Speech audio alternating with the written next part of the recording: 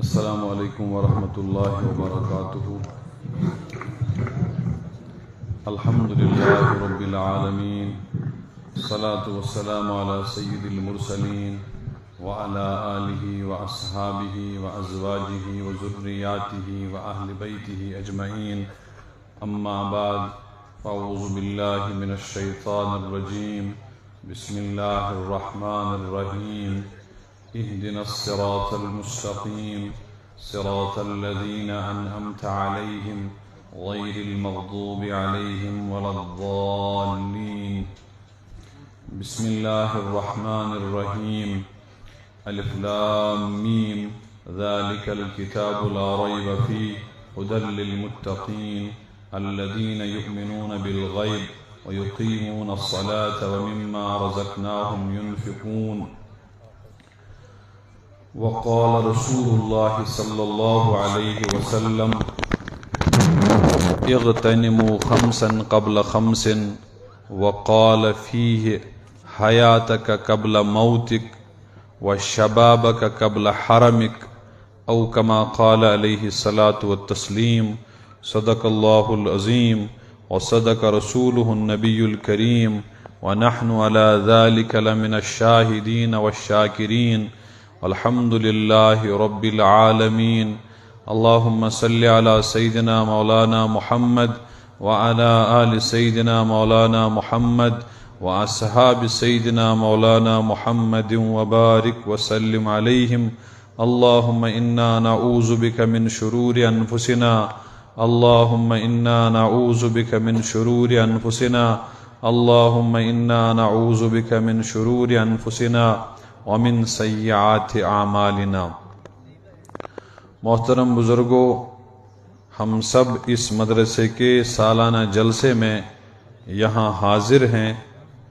آپ سب کی خدمت میں گزارش یہ رہے گی کہ ہم سب اپنے اپنے دلوں کو ٹٹولیں، اپنے اپنے دلوں میں غور کریں کہ ہم یہاں کس مقصد سے آئے ہیں. کیا ہمیں اپنی زندگی کا رخ تبدیل کرنا ہے، یا جیسے زندگی جس ڈگر پہ چل رہی ہے اسی ڈگر پہ اس کو چلانا ہے؟ ہم میں سے ہر ایک یہ چاہتا ہے کہ میرے کاروبار میں برکت ہو، میرے باغات میں اضافہ ہو، میری کاشتکاری میں اضافہ ہو. تو وہیں ہمیں اس سلسلے میں بھی غور کرنا چاہیے. میری جو ایمانی حرارت ہے، ایمانی غیرت ہے، ایمانی حمیت ہے، کیا وہ روز بروز بڑھتی ہے یا اس میں کمی ہو رہی ہے؟ ہم سب، میں بھی اس میں مکلف ہوں. آپ سب غور کریں کہ ہماری زندگی کا اصل مقصد کیا ہے.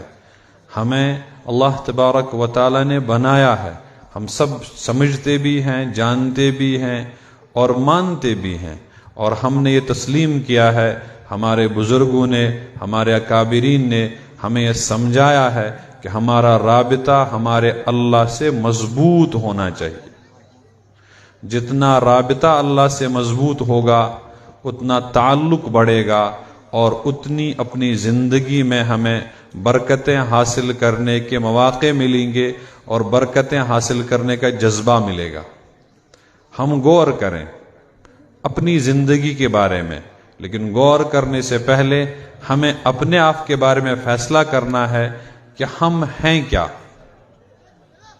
ہم کون ہیں، ہم اس دنیا میں آئے ہیں تو کیوں آئے ہیں. اگر ہم یہ غور نہیں کریں گے تو پھر زندگی ہماری گزر جائے گی. اللہ تبارک و تعالی نے ہماری زندگی کو سمجھانے کے لیے، ہماری زندگی میں آنے والے اتار چڑھاؤ کے لیے، اللہ نے اپنے کلام میں، جس کلام کی برکت سے میں اور آپ یہاں جمع ہیں، قرآن ہی کی برکت ہے، قرآن ہی کی مجلس ہے اور قرآن ہی کا درسگاہ ہے جس میں قرآن کی تعلیم دی جاتی ہے. اور آج انہوں نے ہم سب کو جمع کیا ہے قرآن کی نسبت پر. اس قرآن میں اللہ نے ہمیں اپنی زندگی پر غور کرنے کا حکم بھی دیا ہے، اپنی پہچان بھی کرائی ہے، اپنا منصب بھی سمجھایا ہے، تو اس منصب کو سمجھنا میری بھی ذمہ داری ہے، آپ کی بھی ذمہ داری ہے۔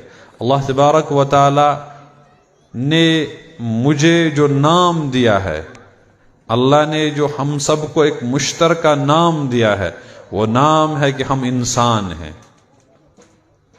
اور ہماری چاہت ہے، ہماری خواہش ہے، ہماری تمنا ہے کہ دوسرا آدمی بھی جب بھی مجھ سے کوئی معاملہ کرے تو وہ مجھے انسان ہی سمجھے، مجھے وہ انسانوں کے دائرے سے باہر نہ کر دے۔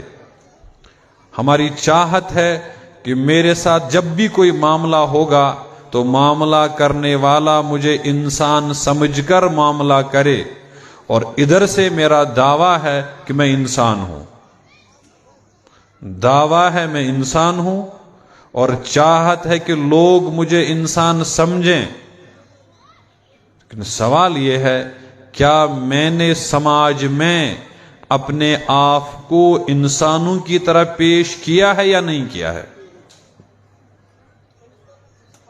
چاہت اور دعویٰ، چاہتیں تو سب کی پوری نہیں ہوتی ہیں، لیکن جب آدمی دعویٰ کرتا ہے، اس دعوے کے پیچھے اس کے لیے دلیل ہونی چاہیے، اس دعوے کے بعد اس کو جہاں وہ دعویٰ کرتا ہے تو اس دعوے کو ثابت کرنے کے لیے اس کے پاس کردار چاہیے، اس کے پاس زندگی چاہیے۔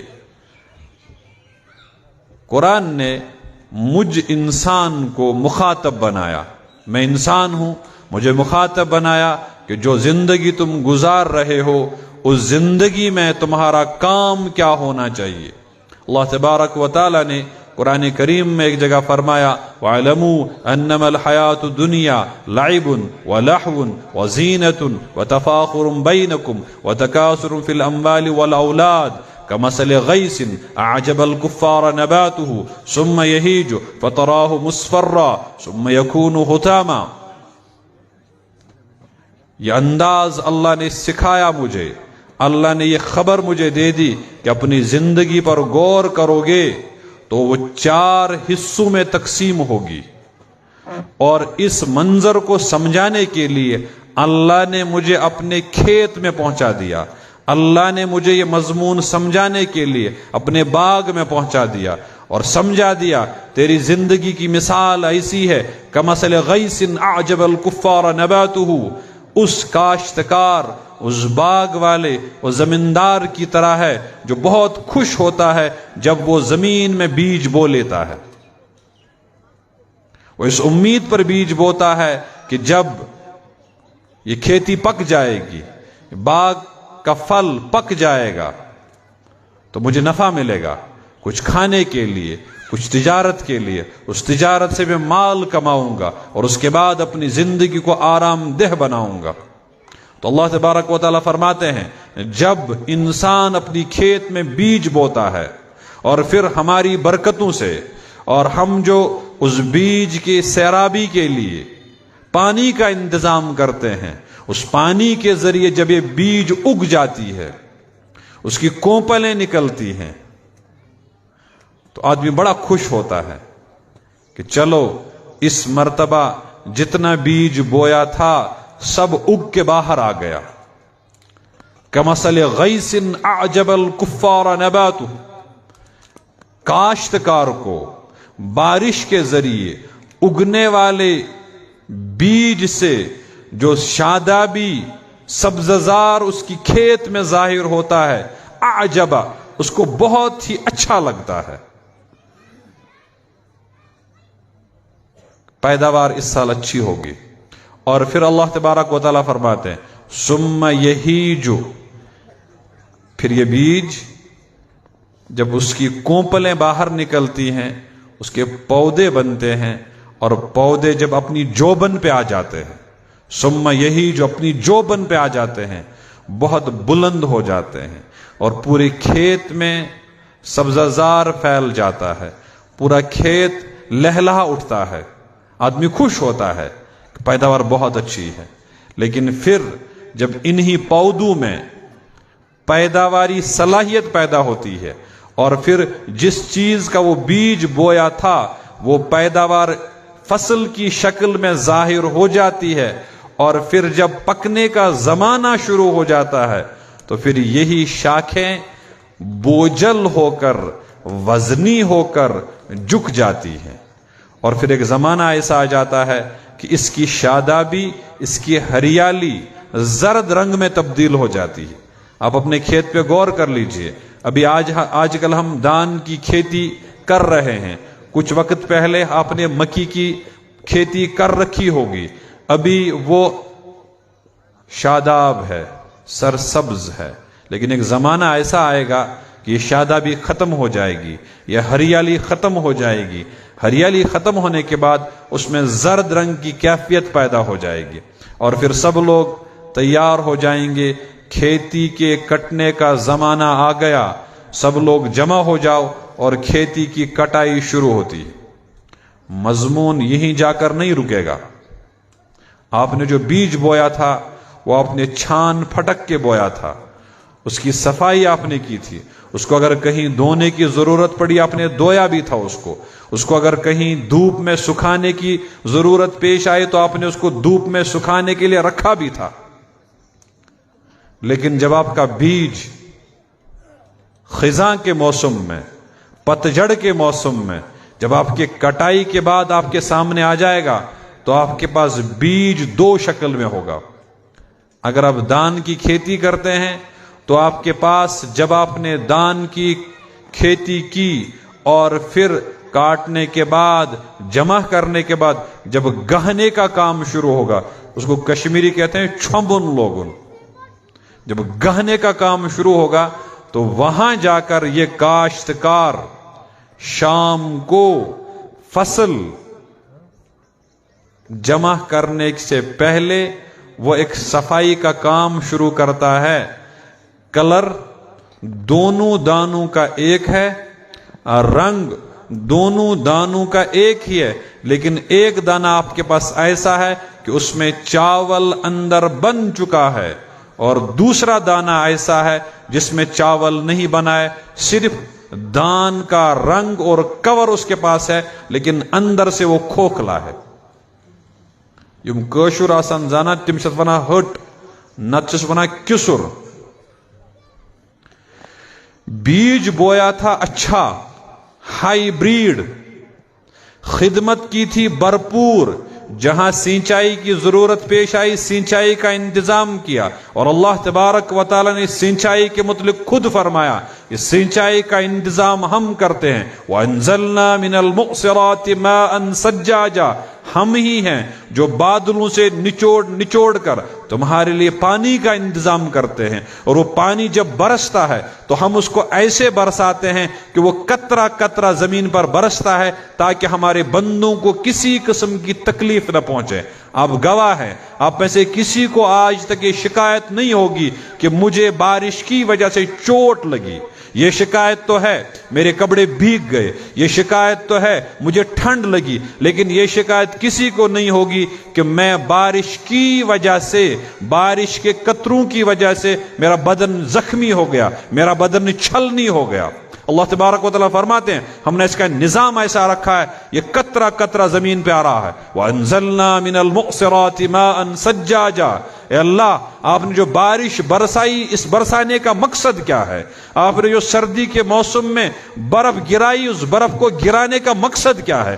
برف بھی تو جمع ہوا پانی ہے، جمی ہوئی بارش ہے جو سفید رنگ کی شکل میں زمین پر گراتی ہے۔ تو اللہ تبارک و تعالیٰ نے ذکر کر دیا لِنُخْرِجَ بِهِ حَبًّا وَنَبَاتًا وَجَنَّاتٍ أَلْفَافًا، ہم نے زمین پر پانی کا انتظام چاہے بارش کی شکل میں چاہے برف کی شکل میں وہ صرف اس لیے کیا تاکہ ان انسانوں کے لیے ہم زمین میں موجود پیداواری صلاحیت، انسانوں کے لیے ہم کاشتکاری کے انتظامات، ان انسانوں کے لیے ان کے باغوں میں میووں میں بڑھوتری کے لیے جس پانی کی اور سینچائی کی ضرورت ہے ہم پانی اس کے لیے ان کو دے رہے ہیں۔ پھر اللہ نے خود ہی ذکر کر دیا کہ انسان پڑھیں گے، انسان تحقیق کر لے گا، اور پھر تحقیق کرتے کرتے انسان یہاں پہنچا، زراعت کے لیے، سینچائی کے لیے پانی چاہیے مگر پانی کھارا نہیں ہونا چاہیے۔ جس پانی میں نمکینیت ہوتی ہے اس پانی میں پیداواری صلاحیت نہیں ہوتی ہے۔ اسی لیے جو سمندروں کا پانی ہے اس سے آدمی بہت سارے کام تو لے سکتا ہے لیکن سینچائی کا کام اس سے نہیں لیا جا سکتا ہے۔ اور جو زمین نمناک ہوتی ہے، جس زمین میں نمکینیت ہوتی ہے، اس زمین میں بھی پیداواری صلاحیت نہیں ہے۔ اللہ تبارک و تعالی نے ہم سے سوال کیا کہ اپنے منصب کو پہچانو، اور منصب کیا ہے؟ منصب ہے انسان ہو، تم انسان ہو اور میرے بندے ہو۔ تو اللہ تبارک و تعالی نے سورہ الواقعہ میں ذکر کر دیا، افرائیتم ما تشربون، اے انسانو کیا خیال ہے تمہارا اس پانی کے متعلق جو تم خود پیتے ہو؟ ہمارے ہاں بھی ضابطہ یہی ہے کہ ہم کھارا پانی پی نہیں پاتے ہیں، منہ کئی کرتا ہے، زبان کڑوی ہو جاتی ہے، زبان کہتی ہے اس پانی میں مٹھاس نہیں ہے، ہم یہ پانی استعمال نہیں کر سکتے۔ اللہ تبارک و تعالیٰ فرماتے ہیں افرائیتم ما تشربون، بلا اس پانی کے متعلق تمہارا کیا خیال ہے جو تم پیتے ہو؟ اور علماء لکھتے ہیں کہ جس پانی کے ذریعے تم سینچائی کرتے ہو اس پانی کے متعلق بھی تمہارا کیا خیال ہے؟ انتم انزلتموہ من المزن ام نحن المنزلون، بادلوں سے اس کو تم اتارتے ہو یا ہم تمہیں اتار کے دیتے ہیں؟ ہم میں سے کوئی نہیں گیا بادلوں کو نچوڑنے کے لیے، یہ اللہ کی قدرت ہے، اللہ کا ارادہ ہے، اللہ کی مشیت ہے، وہ بادلوں سے پانی نچوڑ کے ہمارے پاس پہنچا دیتے ہیں۔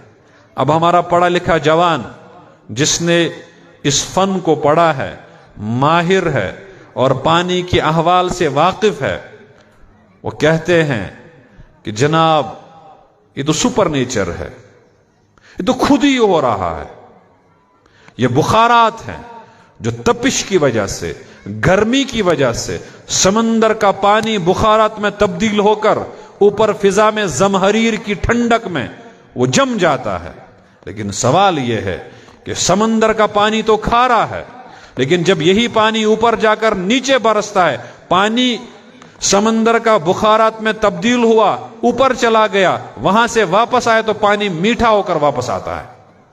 یہاں سے تو وہ گیا تھا نمکین کا مزہ لے کر، لیکن جب واپس آتا ہے تو بارش کا پانی اگر آپ میں سے کسی نے پیا ہوگا تو اس میں نمکینت ذرہ برابر بھی نہیں ہوتی ہے۔ یہ لوگ اس کو ایواپوریشن سے تعبیر کرتے ہیں یا اردو والے عمل تبخیر سے، لیکن مسئلہ یہ ہے اوپر جا کر اس کی نمکینیت کو کس ذات نے الگ کر دیا؟ کون ہے وہ طاقت جو یہ طاقت اس پانی میں نمکینت کے اثرات کو ختم کر کے؟ اللہ تبارک و تعالیٰ خود ہی پوچھتے ہیں انتم انزلتموہ من المزن ام نحن المنزلون، کیا تم اس کو بادلوں سے نچوڑ کے لاتے ہو یا ہم نچوڑ کے تمہارے پاس پہنچا دیتے ہیں؟ لو نشاء جعلناہ اجاجا، اگر ہم چاہیں گے اس پانی کو تمہارے لیے برسائیں گے لیکن اس میں نمکینیت کا مزہ باقی رکھیں گے، اس میں نمکین اجزاء موجود رہیں گے، پھر نہ تم پی پاؤ گے، نہ تم سینچائی کر پاؤ گے، نہ تمہاری پیاس بجھے گی، اور نہ تمہاری کھیتوں میں یہ کھیتیاں، یہ باغات سرسبز و شاداب ہوں گے۔ لو نشاء جعلناہ اجاجا فلولا تشکرون، اے میرے بندو یہ اتنی بڑی نعمت ہے تم میرا شکر کیوں نہیں کرتے ہو؟ تو بندے ہو، منصب ہے بندہ اور کام ہے میری وفاداری۔ اللہ تبارک و تعالی نے فرمایا لنخرج به حبا ونباتا وجنات الفافا، جب اس کا ذکر کیا اور ذکر کرنے کے بعد ادھر جہاں میں آیت چھوڑ دی تھی کہ جب تم نے سینچائی کی، یہ فصل اپنی جوبن پہ آیا، آپ کو بڑا اچھا لگا، منظر بہت اچھا ہے، خوش نما منظر ہے، کھیت بہت لہلا اٹھا ہے، لیکن آپ کہتے ہیں اس لہلانے کا کوئی فائدہ نہیں ہے اگر پتجھڑ کے موسم میں دانا کچا مل گیا۔ اگر دانا کچا رہا تو کوئی فائدہ نہیں ہے، اور اگر دانا پک گیا تو فائدہ ہے۔ کیوں؟ کھانے کی ضرورتیں پوری ہوں گی اور تجارت کی ضرورتیں پوری ہوں گی، اس لیے کہ کچی چیزیں نہ تو بکتی ہیں، کچی چیزیں نہ تو پکتی ہیں۔ کھانے میں پکتی بھی نہیں ہے اور بازار میں بکتی بھی نہیں ہے۔ بازار میں اگر مول کسی چیز کا ہے، بازار میں اگر قیمت کسی چیز کی ہے تو پکی ہوئی چیز کی۔ آپ حضرات جانتے ہیں اس چیز کو۔ تو اللہ تبارک و تعالیٰ نے فرمایا کہ جب ایک کھیتی پکتی ہے، پک گئی، ثم یہیج فتراہ مصفرا ثم یکون حطاما، پھر یہ کھیتی بکھر جاتی ہے، اس کے ساتھ جو گھاس ہے وہ الگ ہو جاتی ہے، مکئی الگ ہو جاتی ہے، دان میں دھان الگ ہو جاتا ہے اور اس کا گھاس الگ ہو جاتا ہے۔ پھر اللہ نے فرمایا، یہ مثال دے کر پہلا عنوان قائم کیا کہ جس طرح تمہاری کھیتی پر مختلف مراحل آئے لیکن تم نے کسی مرحلے پر اکتفا نہیں کیا، تم منتظر رہے اس کا آخری مرحلہ کیسا رہے گا، اس کی کونپلیں نکلنا، اس کا زمین سے پیدا ہونا، اس کے پودے بننا، اس کا سر سبز شاداب رنگ اختیار کرنا، یہ آپ کو آنکھوں کو تو بھلا لگا، اچھا لگا، لیکن آپ کی نظر تھی وہاں جہاں اس کو پیداوار دینے کا وقت آ جائے گا، آپ اسی انتظار میں تھے۔ تو اللہ تبارک و تعالیٰ فرماتے ہیں اس مثال کو ذہن میں رکھو اور اپنی زندگی پر غور کرو۔ وَاعْلَمُوا أَنَّمَا الْحَيَاةُ الدُّنْيَا، اے انسانو غور کرو، یہ دنیاوی زندگی کیا ہے، اس کے بھی مرحلے مختلف ہیں۔ کیا ہے پہلا مرحلہ؟ لعب و لہو، ایک زمانہ ایسا آ جاتا آپ کی زندگی میں جہاں آپ کی چاہت صرف اور صرف کھیل تماشا ہوتی ہے۔ اپنے بچوں کو دیکھیے، آپ کے گھروں میں، ہمارے گھروں میں چھوٹے چھوٹے بچے ہیں، وہ کھانے پینے سے انکار کرتے ہیں لیکن کھیلنے سے انکار نہیں کرتے۔ ماں باپ ان کے پیچھے پیچھے کہ ایک چمچ، ایک نوالا اپنے پیٹ میں لے لے بیٹا۔ اپنے علاقے میں علماء ہیں، ائمہ ہیں، بزرگان دین ہیں، یہ خواتین اپنے بچوں کو امام صاحب کے پاس لے جاتی ہے کہ امام صاحب یہ کچھ کھاتا پیتا نہیں ہے، آپ ذرا دم کر لیجئے، آپ پانی پہ دم کیجئے تاکہ ہمارا بچہ کچھ کھا پی لے۔ تو کرتا کیا ہے مول صاحب؟ یہ صرف کھیلتا رہتا ہے، اس کی ایج ہی وہی ہے، اس کی فکر یہی ہے، اس کو ایسا لگتا ہے کہ میں اگر کھانا پینے میں مشغول ہو جاؤں گا میرا کھیلنا رک جائے گا، اس کی فکر صرف یہی ہے۔ اب دیکھیے فرسٹ میں جو بچے پڑھتے ہیں، سیکنڈ میں جو بچے پڑھتے ہیں، ان کی فکر فوکس ان کا اسی پہ ہے کہ مجھے کھیلنے میں وقت ملنا چاہیے۔ اب تو سکول بھی ایسے بنے ہیں کہ جہاں ان کو کھیلتے کھیلتے کچھ پڑھایا جاتا ہے، یہ فطرت ہے انسان کی۔ اور پھر اس فطرت میں آپ غور کریں گے تو اپنے بچوں کو غور کیجئے، آپ کے جو بچے بیٹیاں ہیں ان کے کھیلنے کا انداز الگ ہے، اور آپ کے گھروں میں جو بیٹے ہیں ان کے کھیلنے کا انداز بالکل الگ ہے۔ آپ نے شاید نہیں دیکھا ہوگا، بہت کم دیکھا ہوگا، جو ڈال گڑیا ہوتی ہے، بچہ اس کے ساتھ نہیں کھیلتا لیکن بچی کھیلتی ہے، بچی اس کے کپڑوں کو تبدیل کرتی ہے، بچی اس کو گود میں لیتی ہے، 2 سال کی بچی ہے، 3 سال کی بچی ہے، وہ اپنی گڑیا کو اپنے ساتھ کبھی کبھی اپنے بستر میں سلاتی بھی ہے، اس کے کپڑے چینج کرتی ہے، اس کے بالوں کو سنوارتی ہے۔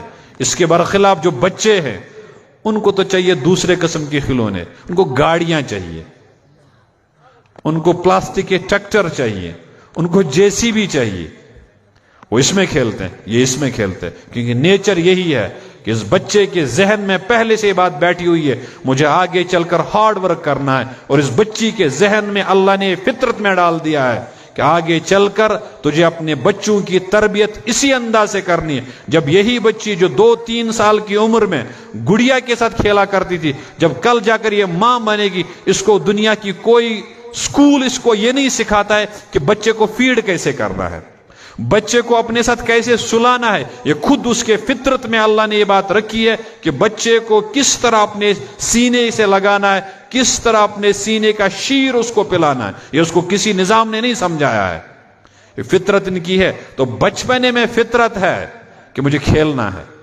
کپڑے خراب ہو کوئی فکر نہیں ہے، لیکن جو ہی کچھ شعور آ جاتا ہے، 8-9 سال کا بچہ ہو جاتا ہے، پھر اس کے اندر فکر پیدا ہو جاتی ہے، کھیلنے کا جذبہ باقی رہتا ہے، تھوڑا سا کم ہوتا ہے، لیکن اب جذبہ آ جاتا ہے کہ میں کچھ اپنے آپ کو سجاؤں۔ دیکھ لیجئے گا گھروں میں جو 3-4 سال کے بچے ہیں، آپ ان کو جیسے کپڑے پہنانے چاہو پہنا دو، وہ کبھی آئینہ نہیں دیکھتے ہیں. لیکن جب یہی بچہ 8-9 سال کا ہوتا ہے، کپڑے آپ پہناتے ہیں، لیکن آپ کے پہنانے کے باوجود وہ مرر پہ جاتا ہے، وہ آئینے کے سامنے جاتا ہے اور دیکھتا ہے کہ میرا جو ڈریس کوڈ ہے، میرا جو سٹائل ہے، ہیئر سٹائل، وہ کیا اچھا لگتا ہے یا نہیں لگتا ہے. اب وہ کھیلتا بھی ہے، لیکن کھیلنے میں اس بات کی وہ احتیاط برتتا ہے کہیں میرے کپڑے خراب نہ ہو جائے. یہ بچہ 4 سال کا تھا، کپڑے بھیگ جائے، کپڑے میلے ہو جائے، کپڑے گندے ہو جائے، اس کو کوئی فکر نہیں ہے. لیکن جب شعور کو آ جاتا ہے تو وہ کھیلتا بھی ہے، لیکن کھیلنے میں اس بات کا لحاظ رکھتا ہے کہ کپڑے خراب نہ ہو جائیں. اس مرحلے سے نکل گیا وزینت. اس کے بعد ایک اور مرحلہ آ جاتا ہے، یہ تقریباً 13-14 سال کی عمر میں شروع ہو جاتا ہے اور 20 سال کی عمر میں کمپلیٹ ہو جاتا ہے. وتفاخر بینکم. اب بچے کے اندر جذبہ پیدا ہو جاتا ہے کہ میرے پاس کوئی ایسی چیز ہونی چاہیے جس پر میں اپنے دوست میں فخر کروں. چیزیں اپنے والدین کی ہیں، اس لیے وہ خوش ہو جاتا ہے جب اس کا مکان اچھا ہوگا. وہ اپنے دوستوں میں شیخیاں بگارتا ہے کہ دیکھو میرا کیسا مکان ہے، ہمارا کیسا مکان ہے. یہ وہ شیخیاں بگارتا ہے. کیوں؟ اس کی فطرت میں اللہ نے یہ بات رکھی ہے. آپ ذرا آج اپنے کھیت پہ جائیے، آج نہیں، جو آپ نے بچڑی یعنی دھان کی کھیتی بوئی ہے، کھیتوں میں بہت کمزور ہے، اس کے کچھ حصے ابھی پانی میں ادھر ادھر کر رہے ہیں، لیکن 10-15 دن کے بعد جب اس دھان کی کھیتی کی جڑیں زمین میں مضبوط ہوں گی اور زمین کے اثرات اور کھیت کے اثرات اس پودے میں، دھان کے پودے میں سرایت کر جائیں گے تو یہ پودے سب کھڑے ہو جائیں گے. اور پھر جب صبح شام ہوائیں چلیں گی تو اس ہواؤں میں ٹہلتے رہیں گے اور پورے کھیت کو خوش نما بنا دیتے ہیں. کہتے ہیں آنے والی ہوائیں ہمارا کچھ نہیں بگاڑ سکتی ہیں، اس لیے کہ ہم مضبوط ہیں. اور وہ فخر کرتے ہیں ہم جس کھیت میں ہیں وہ کھیت ہم نے خوبصورت بنایا ہے. یہ جذبہ پیدا ہوتا ہے انسان کو کہ میں کیسا سنورتا ہوں، میں لوگوں میں کیسا جچتا ہوں. یہاں جا کر ایک امانت کے طور پر بات عرض کر دوں گا، وہ یہ کہ یہی وہ زمانہ ہوتا ہے جہاں والدین کی ایک اہم ترین ذمہ داری آ جاتی ہے کہ والدین اپنے بچوں کو سنورنے میں مدد کریں. بچے کی فطرت ہے کہ میری تعریف کی جائے، مجھے اچھا کہا جائے. اس کی فطرت ہے، اس کی چاہت ہے، اس کا دل یہ چاہتا ہے کہ میری کوئی تعریف کرے. لیکن اسی زمانے میں والدین اپنے بچوں کو ایسا بگاڑ دیتے ہیں، دوسروں کے سامنے اپنے بچوں کی کمیوں کو ظاہر کرتے ہیں اور بچہ یہاں جا کر انفیریٹی کمپلیکس یعنی احساس کمتری کا شکار ہو جاتا ہے. اس کے اندر شعور ہے، وہ یہ چاہتا ہے کہ میری اچھائیوں کی تعریف کی جائے اور میرے اندر جو کمیاں ہیں وہ مجھے سنائی جائے، میری کمیوں کا ڈنڈورا نہ پٹا جائے.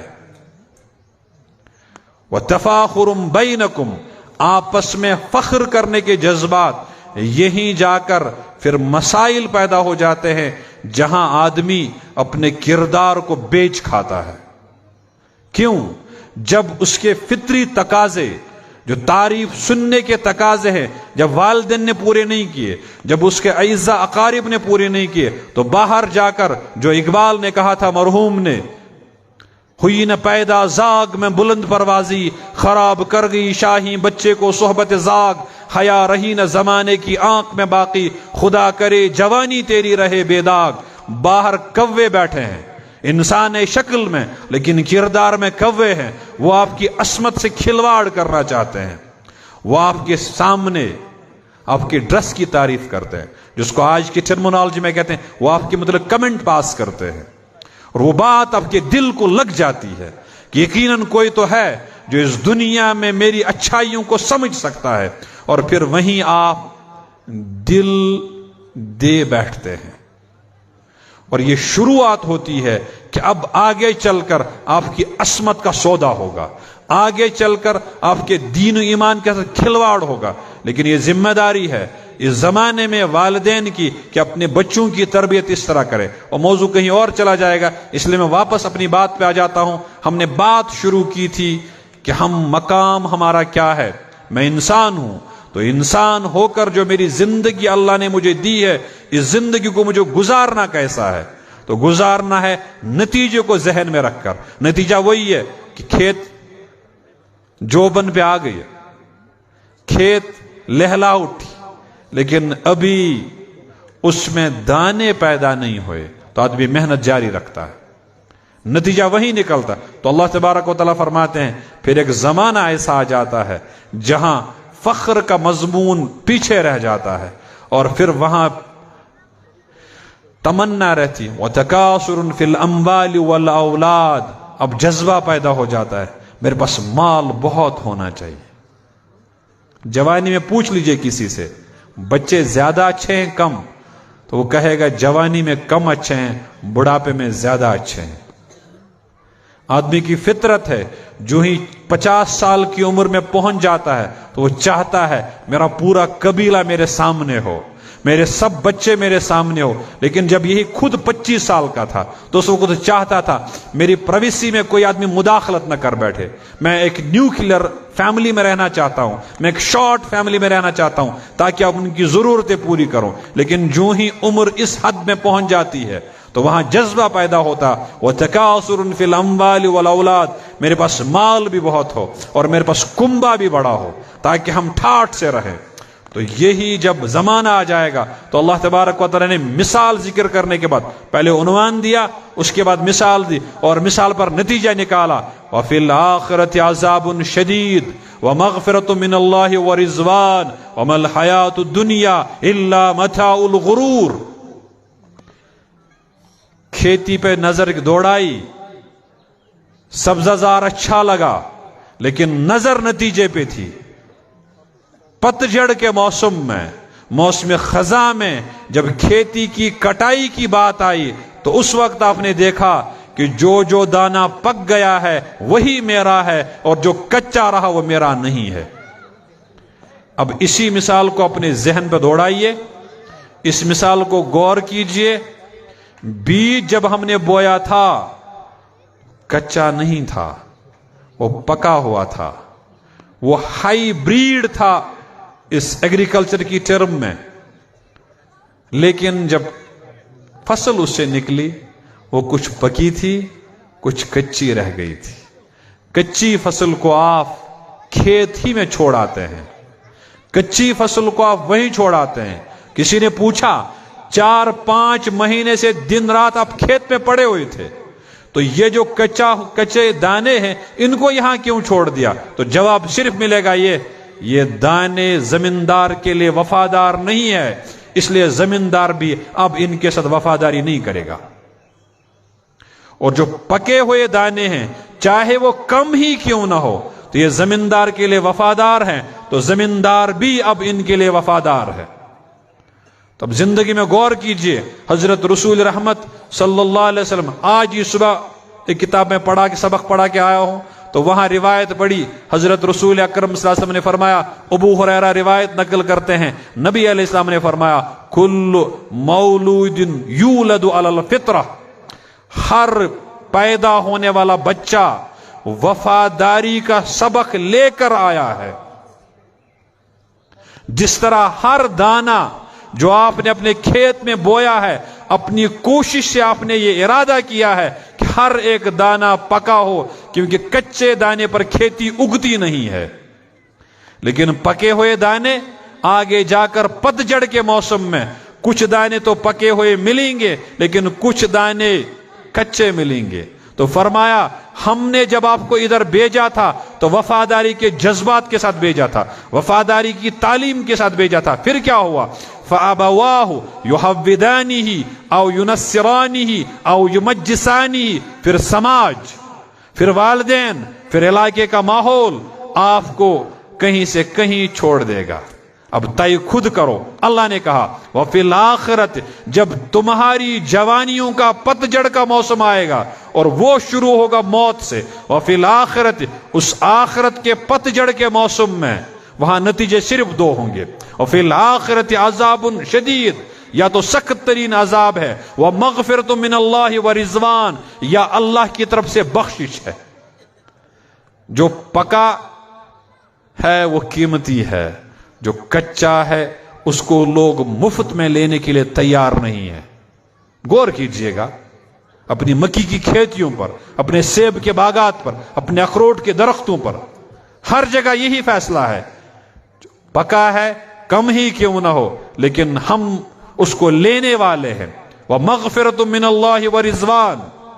تو پھر اللہ نے ذکر کر دیا آگے، جب تم یہ مضمون سمجھ بیٹھے تو ذکر کر دیا سابقوا الی مغفرۃ من ربکم، بندو حرکت کرو، بیج تو ہم نے دیا ہے، اب اس بیج کی حفاظت کرو۔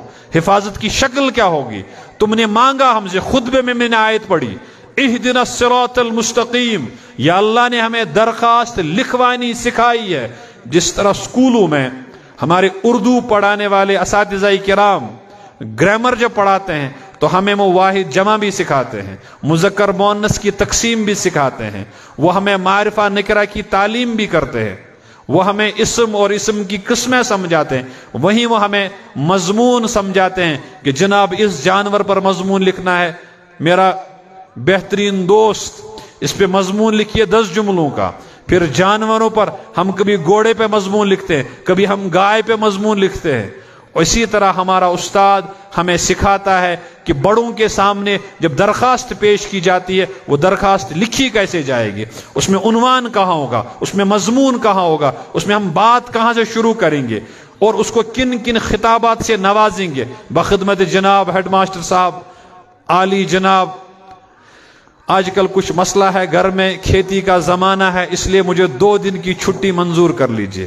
5ویں کے بچے نے سیکھا، استاد کے الفاظ ہیں، اور یہی بچہ جب جا کر 8ویں میں 10ویں میں پہنچ جاتا ہے انہی الفاظ کو اپنے قلم سے لکھ دیتا ہے۔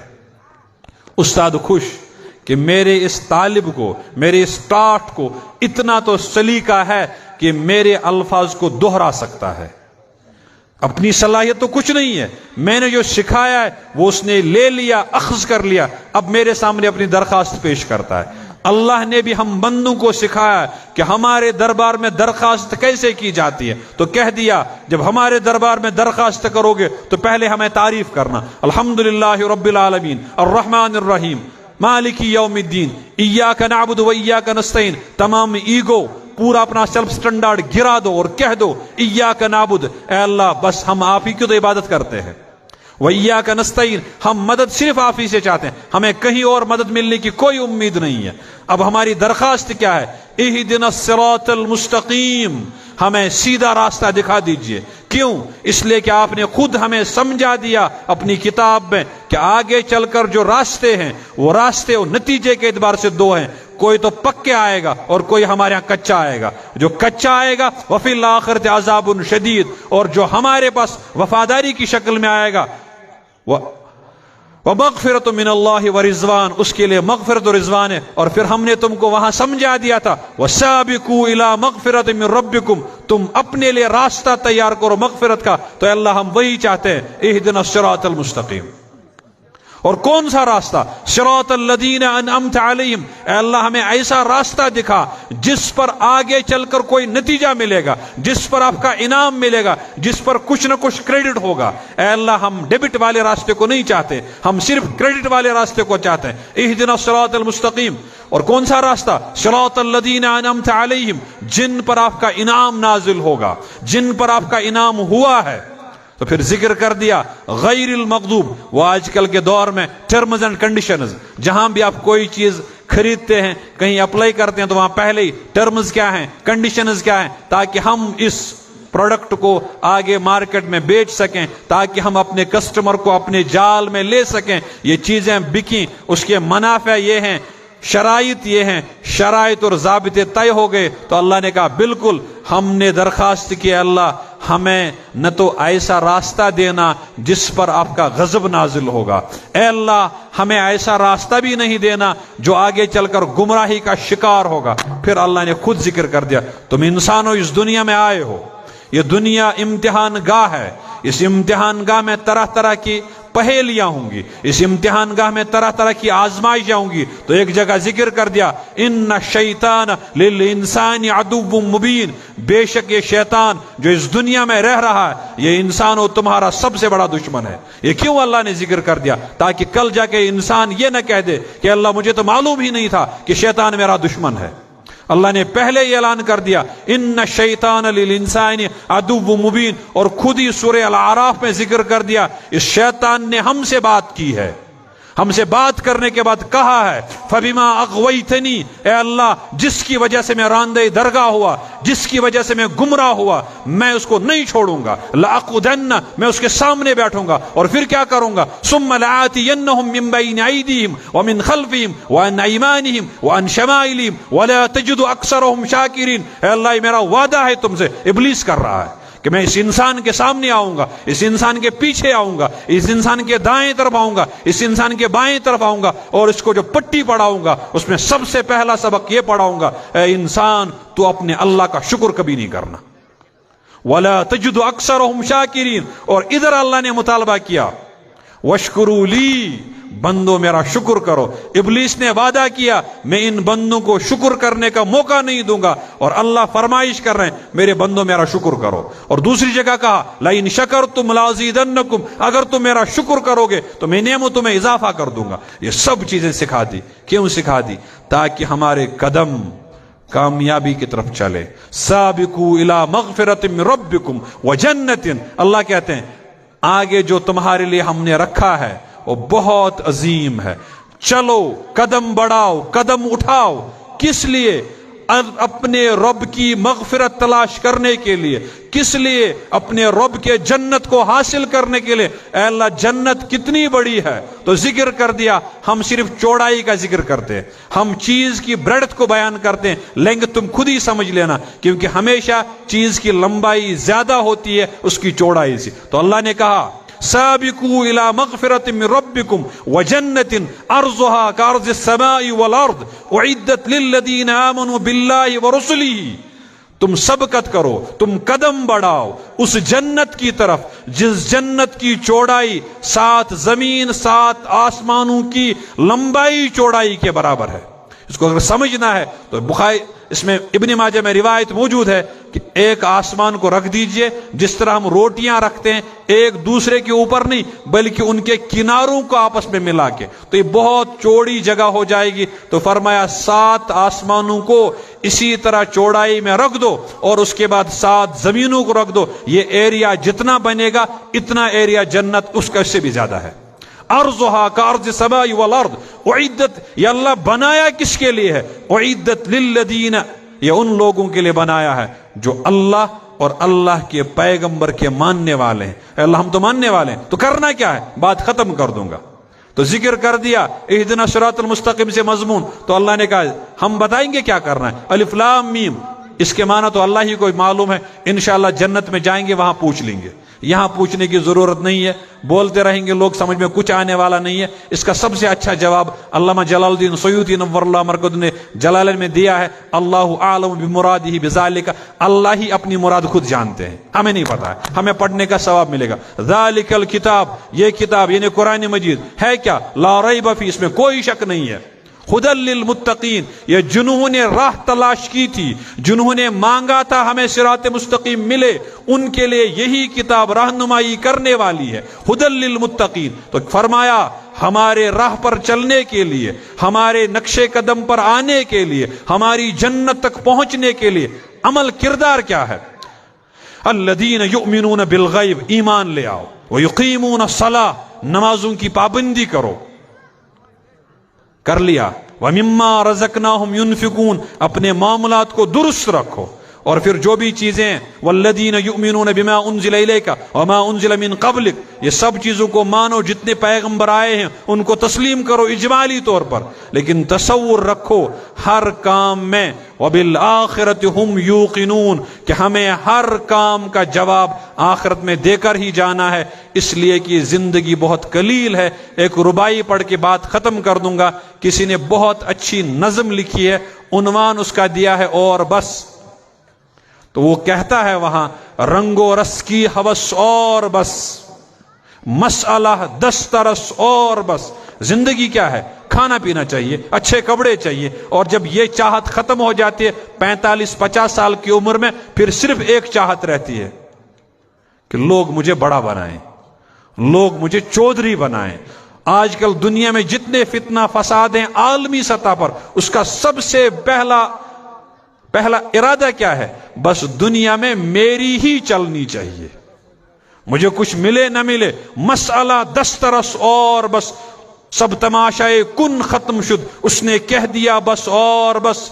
اور ہم جوانی کے رنگ میں مست ہیں، اللہ بھول گئے. تو شاعر نے کہہ دیا یوں بنی ہے رگیں جسم کی، اللہ نے ہمارے جسم کا نرو سسٹم ایسا مضبوط رکھا ہے، ایک نس ٹس سے مس اور بس. اگر ایک وین پہ، ایک رگ پہ اس نے معمولی دبوچا، آدمی کسی لائق نہیں رہے گا. موچ آ گئی، تکلیف ہو گئی. کیا ہوا جناب؟ ڈسک، میں اٹھ ہی نہیں پاتا ہوں. کمر میں 2 ڈسکیں ہیں، گردن میں 3 ہیں، میں اٹھ ہی نہیں پاتا. وہ چیزیں ایسی ہیں جو انسان کو نظر بھی نہیں آتی ہیں. تو کہہ دیا ایک نس ٹس سے مس اور بس. اور پھر اخیر میں کہہ دیا کس پہ اتراتے ہو؟ اس کو کیوں بھول بیٹھے ہو؟ اس سے رشتہ کیوں توڑ دیا؟ تو کہہ دیا اس نے اس مصور کا ہر شاہکار، یعنی اللہ نے جو جسم میرا بنایا ہے، کہاں تک ہم اس پر اتریں گے؟ 60-65 برس اور بس. 60-65 برس. یہ تو ایک حدیث میں آیا ہے، نبی رحمت صلی اللہ علیہ وسلم نے فرمایا اعمار امتی ما بین 60 الی 70. میری امت کی ایوریج ایج جو ہے وہ 60 سے 70 کے درمیان ہی ہے. اور ہم بھی سمجھتے ہی ہیں جب آدمی 55-60 کا ہو جاتا ہے پھر وہی کیا تھا، اب معلوم نہیں کب بلاوا آئے گا. آپ کو معلوم نہیں لیکن بلاوا آئے گا، یہ یقینی ہے. اور یہ 60-65 پر اس کا انحصار نہیں ہے، اس کا انحصار ہے اس کے اذن پر. اس نے کہہ دیا آ جاؤ، ہمیں جانا ہے. اس کے انتظار میں مت رہو وہ کب کہے گا آ جاؤ، لیکن ہمیں اس انتظار میں تو رہنا ہے جب ہمیں اللہ بلائیں گے تو کیا ہم اس وقت پکے ہوئے ہوں گے یا کچے ہوں گے. اللہ مجھے بھی پکنے کی توفیق دے دے اور آپ حضرات کو بھی وفاداری کا سلیقہ سکھائے. وآخر دعوانا ان الحمد للہ رب العالمین.